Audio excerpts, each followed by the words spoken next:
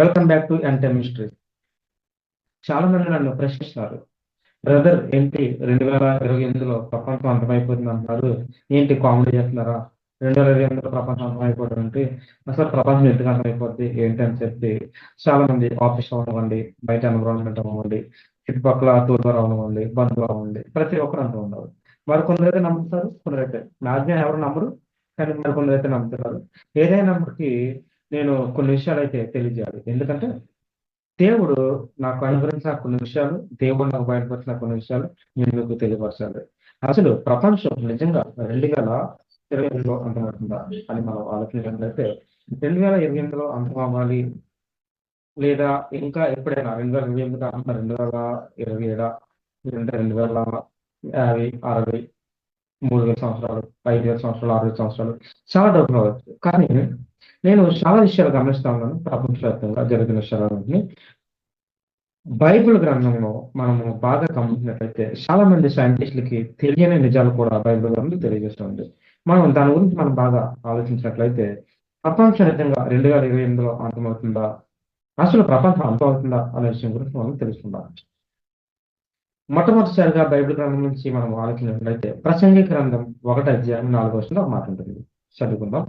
తరము వెంబడి తరము గతించిపోవచ్చున్నది, భూమి ఒకటి ఎల్లప్పుడూ నిలుచున్నది. ఇక్కడ రాయబడిన మాట ఏంటంటే, తరాలన్నీ గతించిపోతాయి, తరాలన్నీ ఒకదాని తర్వాత ఒక తరం వస్తూ ఉంటుంది, కానీ భూమి మాత్రం శాశ్వతంగా ఉండిపోతుంది అని ఇక్కడ రాయబడింది. అవును, ఇది నిజం. ఎందుకంటే ప్రకటన గ్రంథంలో కూడా ఒక మాట ఉంటుంది ఏంటంటే, కొత్త భూమి కొత్త ఆకాశము రాబోతున్నదని.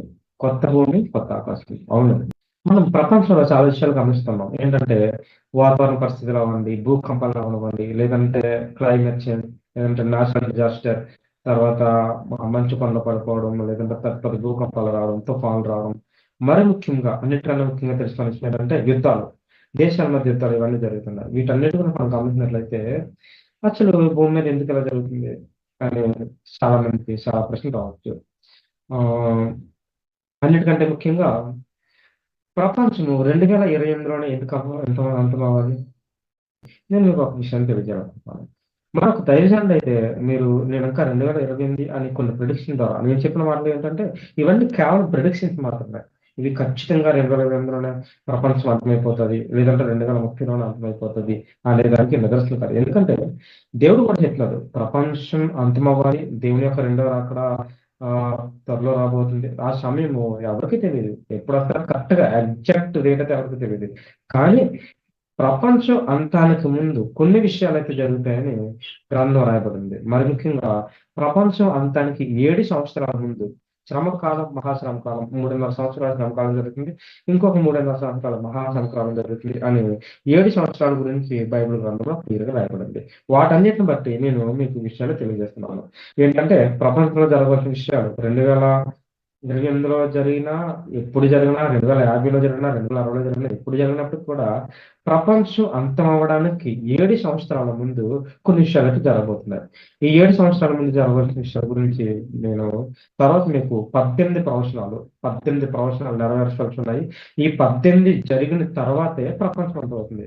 అయితే ఈ 18లో కొన్ని విషయాలు జరిగాయా, లేదంటే 18 విషయాలు జరిగిపోయాయి ఇంకా జరగవలసి ఉన్నాయా, మరి కొన్ని ఏమైనా జరిగాయా అనే విషయాల గురించి మనం తర్వాత వీడియోలో మనం తెలుసుకుందాం. ముందు మీరు పూర్తిగా ప్రపంచం అంతం అవడానికి 2028లో అంతమవుతుందా, లేదంటే ఇంకా ఏదైనా సంవత్సరం అర్థమవుతుంది అనే విషయం గురించి మీకు తెలియాలంటే ఈ వీడియో మీరు పూర్తిగా చూసినట్లయితేనే మీకు క్లియర్గా అర్థమవుతుంది.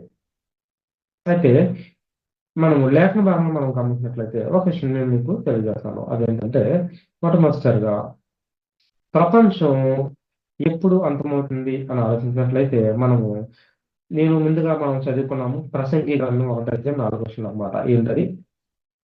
తరము వెంబడి తరము గతించిపోవచ్చున్నది, భూమి ఒకటి ఎల్లప్పుడూ నిలిచినది. అంటే అంత తరములన్నీ విడిచిపోతాయి, కాలాలన్నీ మారిపోతాయి, రాజులు, యుద్ధాలు ఇవన్నీ జరుగుతుంటాయి. ఇవన్నీ జరిగినప్పటికీ కూడా ఆ భూమి మాత్రం శాశ్వతంగా ఉండిపోయిందని ఇక్కడ రాయబడింది. అంతేకాకుండా మనం ఇంకో విషయాన్ని గమనించినట్లయితే ప్రకటన గ్రంథం 11 అధ్యాయం 18 వేరొక మాట ఉంటుంది. ఆ విషయాన్ని చదువుతాను, జాగ్రత్తగా వినండి. ప్రసంగి గ్రంథము 11 అధ్యాయం 18. జనములు కోపగించినందున నీకు కోపము వచ్చును, మృతులు తీర్పు పొందుటకును, నీ దాసులకు ప్రవక్తలను పరిశుద్ధులను, నీ నామమునకు భయపడు వారికి తగిన ప్రతిఫలం ఇచ్చుటకు తగిన ఫలమిచ్చుటకు గొప్పవారేమి కొద్దివారేమి భూమిని నశించజేయ వారిని నశింపజేయుటకు సమయము వచ్చి ఉన్నది అని ఉంది. అంటే ఇవన్నీ సమయం అయితే వచ్చింది, ఖచ్చితంగా చెప్తున్నాను, సమయం అయితే వచ్చింది. ఎందుకంటే మనము చాలా విషయాలు గమనిస్తాం. యుద్ధాలు ఇవన్నీ ఎందుకు బ్రదర్ మీరు ఎంత ఖచ్చితంగా చెప్తున్నారు? సమయం వచ్చింది, ప్రపంచం అంతమైపోవడానికి సమయం చాలా దగ్గర పడిందని ఎంత తెలియజేస్తున్నారు మీరు అని మనం ఆలోచించినట్లయితే మనకి అసలు ప్రపంచం ఎప్పుడు అంతం అవ్వాలి అనే విషయాలు మనం ఆలోచించినట్లయితే మరొక వాక్యం చదువుకుందాం. 2 పేతురు పత్రిక 2వ అధ్యాయం 5వ వచనంలో బైబిల్ గ్రంథంలో ఈ విధంగా రాయబడింది. అదేంటంటే, మరియు ఆయన పూర్వకాలమందున లోకమును విడిచిపెట్టగా భక్తిహీనుల సమూహం మీదకి జలప్రలయమును రప్పించినప్పుడు నీతిని ప్రకటించిన నోవాహును మరి 7గురును కాపాడును అని ఉంది. ఇప్పుడు ఏంటంటే నోవాహు సమయంలో జరిగిన ఒక భయంకరమైన ప్రళయం. ఆ ప్రళయం అంతవరకు ఎవరు చూడలేదు, ఎవరు కూడా. ఇలాంటి ప్రజలు జలప్రలయాన్ని చూడలేని పరిస్థితులు ఉన్నప్పుడు దేవుడు కొన్ని విషయాలు తెలియజేశాడు. ఏంటంటే ఆ సమయంలో జలప్రలయానికి ముందు దేవుడు ఏమని తెలియజేశాడంటే భూమి మీదకి మహాప్రళయం రాబోతుంది, ఈ ప్రళయం నుంచి తప్పించబడాలంటే మీరు అందరు గోడలో ప్రవేశించండి అని చెప్పి దేవుడు నోవాహు పడవని తయారు చేసి ఆ నోవాహు ద్వారా ప్రపంచంలో అప్పటికి కొన్ని లక్షల మంది ఉంటే ఎవ్వరు కూడా బ్రతకలేదు, కానీ కేవలం 8 మంది మాత్రమే, నోవాహుతో కలిపి 8 మంది మాత్రమే రక్షించబడ్డారు. ఇలాగే నోవాహు దినంలో ఏ విధంగా అయితే ఉన్నాయో ఆ దేవుని యొక్క రాకడ లేదంటే ప్రపంచం అంతమైన దినములు కూడా ఆరోగ్యంగా ఉండబోతాయని దేవుడు మనకి తెలియజేస్తున్నారు. దేవుని నమ్మని వారు ఎవరైతే ఉన్నారో ఈ భక్తిహీనులు, అసలు దేవుడే లేడని ఎవరు అనుకుంటున్నారో మూర్ఖంగా ఈ లోకంలో ఉన్న ఎంటర్టైన్మెంట్ అవనివ్వండి, ఈ లోకంలో ఉన్న ఆశలు అవనివ్వండి, ఈ లోక సంపాదన అవ్వండి, వీటన్నింటికి లోబడిపోయి ఎవరైతే జీవిస్తున్నారో ప్రజలు, ఇలాంటి వారికి దేవుడు తీర్పు తీర్చడానికి సిద్ధంగా ఉన్నాడు.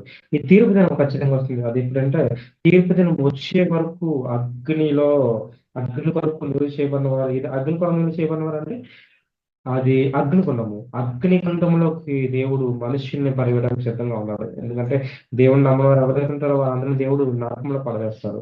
నిజంగా ప్రపంచం అంతమైపోతుందా, దాని ముందు జరగాల్సిన ఏంటి అని నేను ముందుగా మీకు తెలియజేశాను కదా. కొన్ని విషయాలు అంటే ప్రపంచం అంతానికి ముందు కొన్ని విషయాలు జరగబోతున్నాయని నేను తెలియజేశాను కదా. అయితే వాటి గురించి బైబిల్ గ్రంథం మత్తయి సువార్త 24వ అధ్యాయంలో కొన్ని మాటలు రాయబడినాయి. అవి మనం చదువుకుందాం. మత్తయి సువార్త 24వ అధ్యాయం 36వ వచనం ఒక మాట ఉంటుంది. అయితే ఆ దినమును గురించి ఆ గడియను గురించి తండ్రి మాత్రమే ఎరుగును కానీ ఏ మనుషుడైనను పరలోకమందు దూతలైనను కుమారుడైనను ఎరుగు అని అక్కడ రాయబడింది. నిజంగా 2028 ప్రపంచం అంతమవుతుందా అని మీరు ఆలోచించినట్లయితే 2028 అంతమవుతుంది, 2030 అవుతుంది, 2040 అవుతుంది, 50 అవుతుంది, 60 అవుతుంది. అది ఇంపార్టెంట్ కాదు.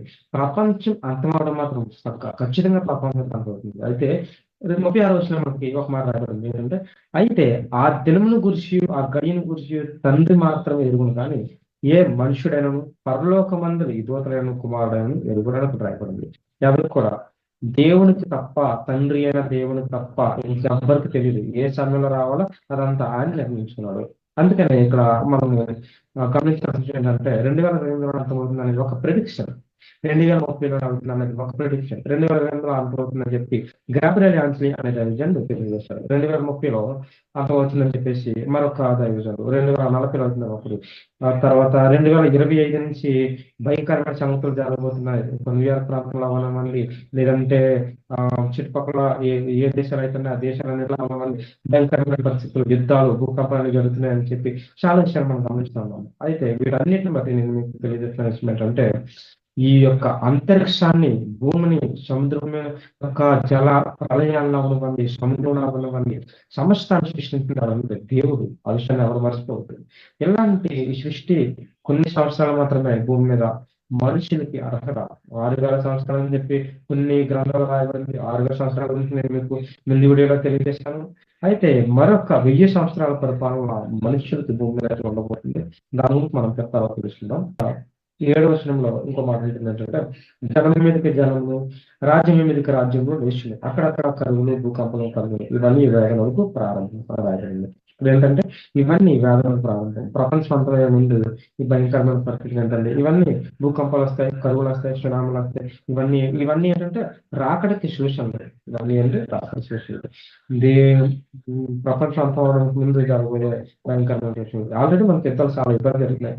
చాలా న్యూయార్క్ లో ఇప్పటివరకు చాలా యుద్ధాలు జరుగుతున్నాయి. టర్కీలో భూకంపం జరిగింది, భూకంపాలు వచ్చాయి. ఇజ్రాయెల్ వార్ అయింది, చాలా వార్ అయింది. తర్వాత ఇంకా భయంకరమైన లాస్ట్ ఇయర్ మనం చూసినట్లయితే ఆ, రష్యాకి ఉక్రెయిన్కి మధ్య యుద్ధం అయింది. ఇలాంటి భయంకరమైన చాలా యుద్ధాలు జరుగుతూ ఉన్నాయి. చైనాకి చిన్న చిన్న మన భారతదేశం సరిహద్దులో ఉన్న ఇంకా అనేకమైన యుద్ధాలు జరుగుతున్నాయి. వీటన్నిటి బట్టి మనం ఆలోచించినట్లయితే క్రీస్తు రాకడకు ముందు ఒక అబద్ధ ప్రవక్త వస్తారని కూడా రాయబడింది. సో వాటన్ని బట్టి మనం మరొక విషయాన్ని మీకు తెలియజేస్తాను. 14వ వచనంలో ఇంకో మాట ఉంటుంది ఏంటంటే, ఈ రాజ్య సువార్త సకల జనములకు సాక్ష్యార్థమై లోకమందంతటా ప్రకటించబడింది. అటు తర్వాత అంతము వచ్చిన రాయబడింది. దేవుని యొక్క వాక్యము, దేవుని యొక్క రాజ్య సువార్త ప్రపంచ నలుమూల దేవుని యొక్క వాక్యము ప్రపంచ నలుమూలల విస్తరింపబడినప్పుడు ఇప్పటికే ప్రపంచ నలుమూలల చాలా మారుమూల ప్రాంతాలు అవనివ్వండి, ఏజెన్సీ ప్రాంతాలు అవనివ్వండి, తర్వాత సముద్ర గర్భాల మధ్య జీవిస్తున్న ప్రజలు అవనివ్వండి, ఎడారి ప్రాంతంలో జీవిస్తున్న ప్రజలు అవ్వండి, ప్రతి ఒక్కరికి కూడా సువార్త అందింపబడుతుంది. ప్రపంచవ్యాప్తంగా అల్లలు జరుగుతున్నాయి, ఎక్కడికక్కడ యుద్ధాలు జరుగుతున్నాయి.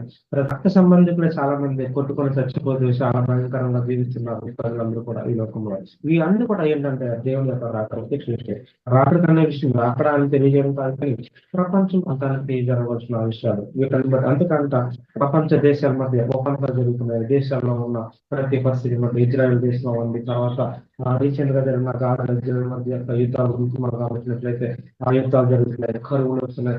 వాటి వల్ల యుద్ధాల వల్ల అనేక దేశాలకి కరువులు సంభవిస్తున్నాయి. ఇవన్నీ జరుగుతున్నాయి. అయితే వీటన్ని బట్టి మనం తెలుసుకోవాలి ఈ చాలా విషయాలు ఏంటంటే, మనము దేవుని యొక్క రాకడికి మరింత ప్రపంచం దానికి పరిస్థితుల్లో ఉన్నాం మనం. అది 2022లోనే జరుగుతుందా అనేది నేనైతే చెప్పలేదు. ఎందుకంటే 2022లో జరిగిన ఒక ప్రెడిక్షన్ మాత్రమే, అదొక ప్రెడిక్షన్. 2030 జరిగింది అనేది కూడా ఒక ప్రెడిక్షన్.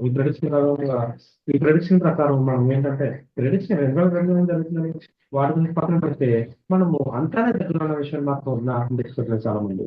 అంతానే దగ్గరలో ఉన్నామని ఎలా తెలుసుకుంటే మనకి దేశంలో జరుగుతున్న పరిస్థితులు, ప్రపంచంలో జరుగుతున్న పరిస్థితులు, పాల్చిన వారు, ఇరాన్, ఇజ్రాయిల్ ఇవన్నీ ఒక దేశం ధర్నాలు చేస్తున్నారు, ర్యాలీలు చేస్తున్నారు.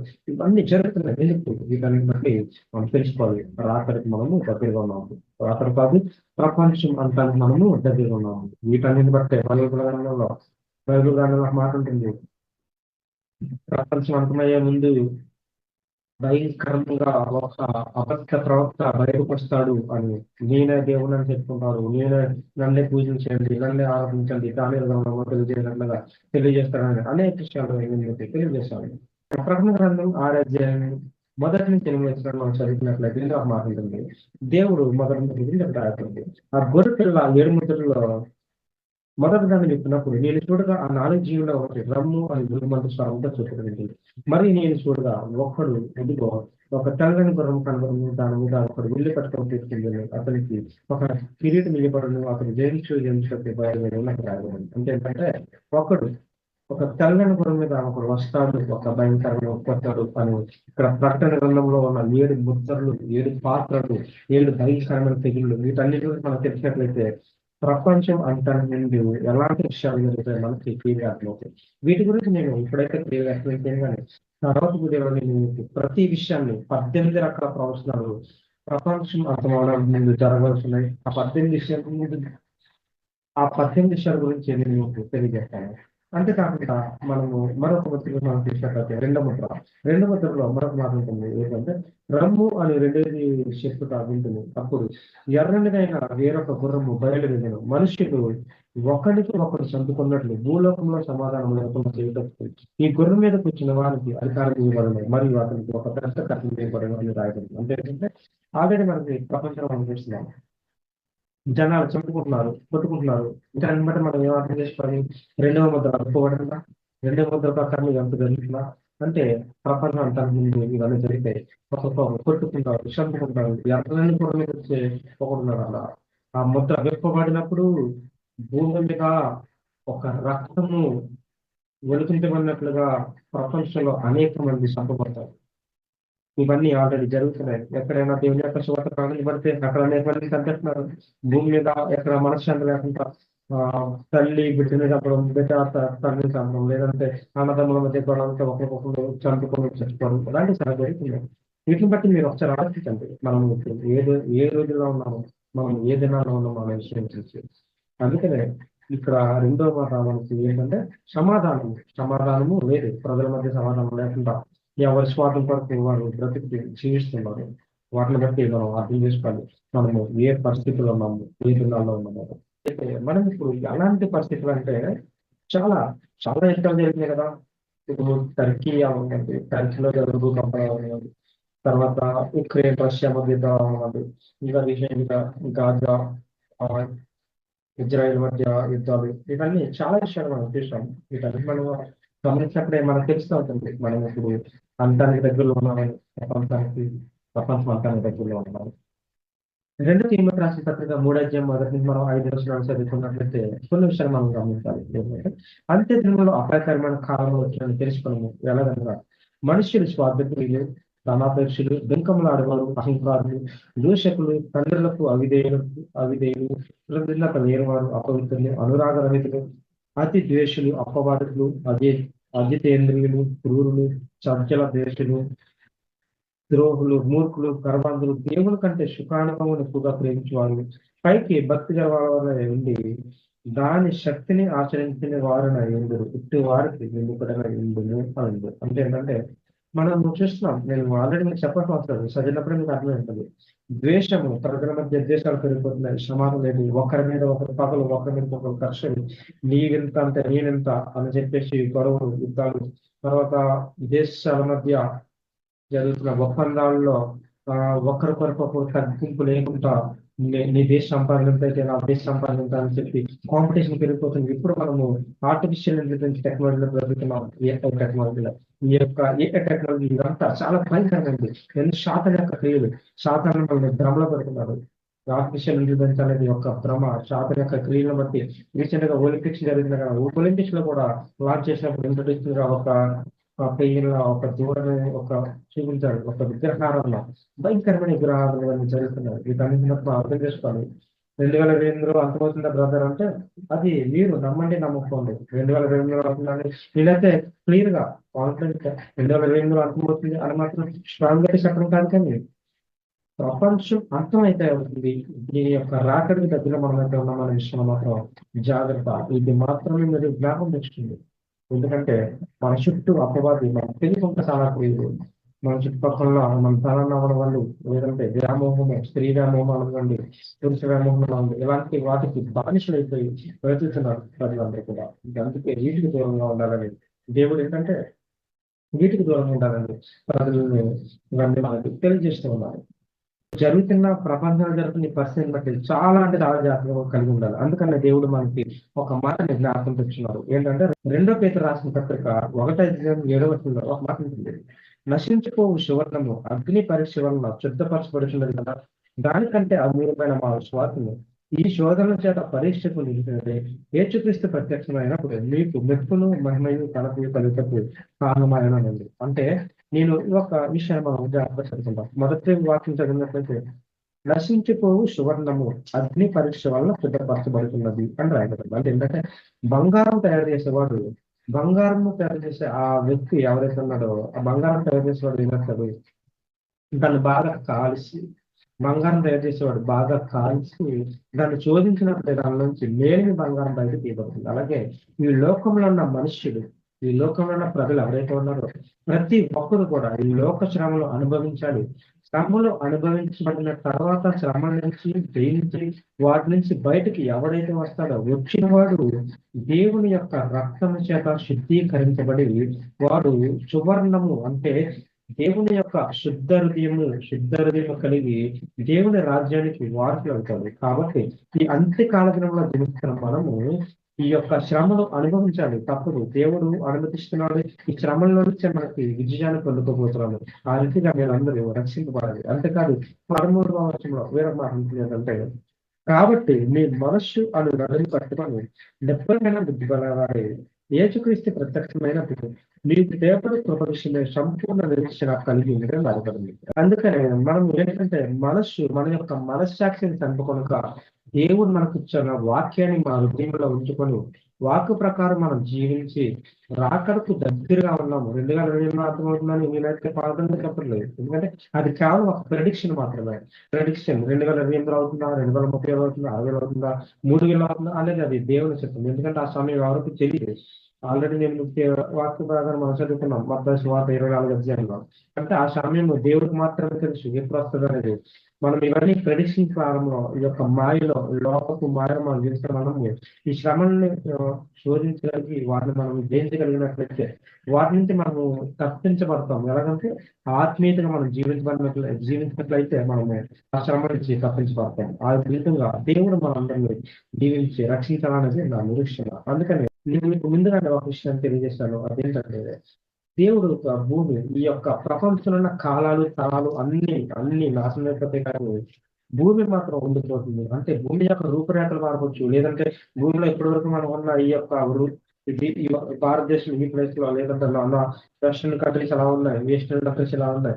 మన ఆసియా ఖండం ఎలా ఉంది. ఐరోపా ఖండం ఇవన్నీ ఎలా కొన్ని ఉన్నాయి. ఇవన్నీ రూపురేఖలన్నీ మారిపోయే పరిస్థితులు అయితున్నాయి. కానీ ఒకటైతే రాబోతుంది. అదేంటంటే ప్రకటన గ్రంథం 21 ఒకటొస్తుంది.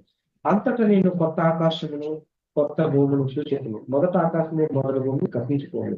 ఇప్పుడున్న ఆకాశం ఏదైతే ఉందో, ఇప్పుడున్న భూమి ఏదైతే ఉందో అవైతే ఉండవు. అవన్నీ గతించిపోయి కొత్త భూమిని, కొత్త ఆకాశాన్ని దేవుడు తీసుకురాబోతున్నాడు. అంతేకాదు సముద్రం అయితే ఉండదు అని ఇక్కడ రాయబడింది. మరి ముఖ్యంగా మరి నూతనమైనది ఏది యెరూషలేము అనే ఆ పరిశుద్ధ పట్టణము తన భర్త కొరకు అలంకరింపబడిన పెండ్లి కుమార్తె వలె సిద్ధపరచబడి పరలోకమందున్న దేవుని యొద్ద నుండి దిగి వచ్చుట చూసింది అని రాయబడింది. యెరూషలేము నూతన యెరూషలేము మాత్రం ఒకటి ఏర్పాటు చేయబడుతుంది. ఈ యొక్క నూతన యెరూషలేములో క్రైస్తవులుగా లేదంటే దేవుని నమ్మిన వారు ఎవరైతే ఉన్నారో అన్ని జనుల సహితము క్రైస్తవులు కాకపోయినా దేవుని నమ్మిన వారు ఎవరైతే ఉన్నారో దేవుడు ఉన్నారని ఎవరైతే నమ్ముతారో వారందరూ కూడా రక్షింపబడి వెయ్యేండ్ల పరిపాలనలో పాలు బాధితులుగా జీవించబోతున్నారు. తీర్పులకు పాపం చేసే వారికి తీర్పు తీర్చబోతున్నారు. అంతేకాదు మూడవ వచనంలో ఇదిగో దేవుని నివాసము మనుషులతో కూడా ఉన్నది. ఆయన వారితో కాపురముండెను, వారు ఆయన ప్రజలయుండును. దేవుడు తానే వారి దేవుడయింది, వారికి దేవుడయిందని అక్కడ రాయబడింది. ఒక్క విషయం మాత్రం గుర్తుపెట్టుకోండి. ఏంటంటే వెయ్యేళ్ల పరిపాలనలో దేవుని యొక్క ప్రజలు ఎవరైతే ఉన్నారో వాళ్ళందరూ కూడా ఏర్పాటు చేయబడిన నూతన యెరూషలేములో పరిశుద్ధమైన ప్రజలు ఎవరైతే ఉన్నారో వాళ్ళందరూ కూడా దేవునితో పాటు కలిసి నివాసం చేయబోతున్నారు. ఈ యొక్క వెయ్యేళ్ల పరిపాలన మనం అందరూ కూడా దేవునితో పాటు ఉండాలి. సాతాను పక్షంగా పాతాళంలో బంధించబడే వారి కాకుండా దేవుని పక్షంగా నిలిచిన వారిని మనం జీవించినట్లయితే రాబోయే ఉగ్రత నుంచి మనం తప్పించబడి ప్రపంచం ఎప్పుడైనా అంతం కావచ్చు. అంతానికి ముందు మనం ఏంటంటే సిద్ధపడాలి. సిద్ధపడి మనం జీవించాలి. మరింతగా ఆయన యొక్క ఏర్పాటు చేయబడుతున్న నూతన యెరూషలేములో ఆ మందిరంలో మనం నివసించే వారిగా జీవించినట్లయితే దేవుడు మనందరినీ రాబో ఉగ్రత నుంచి మనం తప్పించి నిత్యమైన మార్గంలో నిత్య జీవానికి వారసులుగా ఆయన పక్కన ఆయనతో పాటు కూర్చోడానికి అలాంటి మంచి అనుభవం మీరు అందరూ పొందుకోవాలని దేవుడు ఆ రీతిగా మీరు అందరినీ దీవించి ఆశీర్వదించాలని మనస్ఫూర్తిగా కోరుకుంటున్నాను. ప్రపంచం అంతమైతే జరుగుతుంది 2028 ఎప్పుడు అనేది అదైతే మనం క్లారిటీగా చెప్పలేదు. మీరందరూ ఏదేమైనప్పటికీ దేవుని యొక్క రాకడ సిద్ధపడితే మనం అందరము ఆయన యొక్క రాకడికి తరపుపడే వారు ఉంటాము. మరి ముఖ్యంగా నేను మీకు వారి అన్ని విషయాలు ఏంటంటే క్రీస్తు రాకడకి ముందు జరగవలసిన 18 సంవత్సరాల నుంచి ఒక్కొక్కటిగా ప్రతి విషయాన్ని 18 సంవత్సరాలు మీకు క్లియర్ గా వివరిస్తాను. వాటి వరకు మీరు ఈ యొక్క ఛానల్ ని ఫాలో అవ్వండి. ఛానల్లో ఉన్న ప్రతి విషయాన్ని మీరు తెలుసుకోవాలంటే ఇప్పుడే మీరు ప్రిపేర్ చేసుకోండి, లైక్ చేయండి, షేర్ చేయండి. అనేక మందికి క్రీస్తు యొక్క రాకడ కొరకు అనేక విషయాలు ప్రతి ఒక్కరికి తెలియాలి. ఈ విషయాన్ని బట్టి ప్రజలందరికీ తెలియాలంటే మీరు అనేక మందికి మీరు ఈ యొక్క ఛానల్ సబ్స్క్రైబ్ చేసుకొని అనేక మందికి షేర్ చేయాలని మనస్ఫూర్తిగా కోరుకుంటున్నాం. దేవుడు మిమ్మల్ని మీ యొక్క కుటుంబాన్ని దీవించి ఆశీర్వదించిన రాక.